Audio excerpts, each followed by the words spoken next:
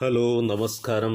ഇന്ന് നമ്മൾ സംസാരിക്കാനായിട്ട് പോകുന്നത് സംസ്ഥാന മനുഷ്യാവകാശ കമ്മീഷൻ അല്ലെങ്കിൽ SHRCയെ കുറിച്ചിട്ടാണ്. കേരള സംസ്ഥാന മനുഷ്യാവകാശ കമ്മീഷൻ നിലവിൽ വന്നത് 1998 ഡിസംബർ 11 സംസ്ഥാന മനുഷ്യാവകാശ കമ്മീഷൻ ചെയർമാനെയും അംഗങ്ങളെയും നിയമിക്കുന്നത് ഗവർണറാണ്. ഇനി നമുക്ക് ഇവരുടെ കാലാവധി ഒന്ന് നോക്കാം. സംസ്ഥാന മനുഷ്യാവകാശ കമ്മീഷൻ ചെയർമാനെയും അംഗങ്ങളെയും നിയമിക്കുന്നത് ഗവർണറാണ്. അവരുടെ കാലാവധി 3 വർഷം അല്ലെങ്കിൽ 70 വയസ്സാണ്.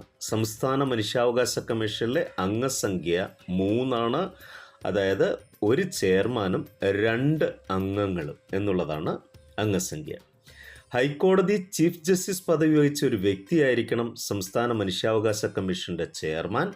ഇപ്പോഴത്തെ സംസ്ഥാന മനുഷ്യാവകാശ commission chairman justice Alexander Thomas ആണ്. 2 അംഗങ്ങളുണ്ട്. ഒന്ന് പി മോഹൻദാസ്, മറ്റൊരാൾ VK ബീനാകുമാരി.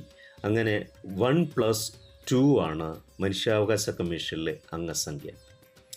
മനുഷ്യാവകാശ കമ്മീഷനെ നിയമിക്കുന്ന കമ്മിറ്റി മുഖ്യമന്ത്രി, ആഭ്യന്തരമന്ത്രി, നിയമസഭയിലെ പ്രതിപക്ഷ നേതാവ്, നിയമസഭയുടെ സ്പീക്കർ എന്നിവർ ചേരുന്ന കമ്മിറ്റിയാണ് നിയമിക്കുന്നത്.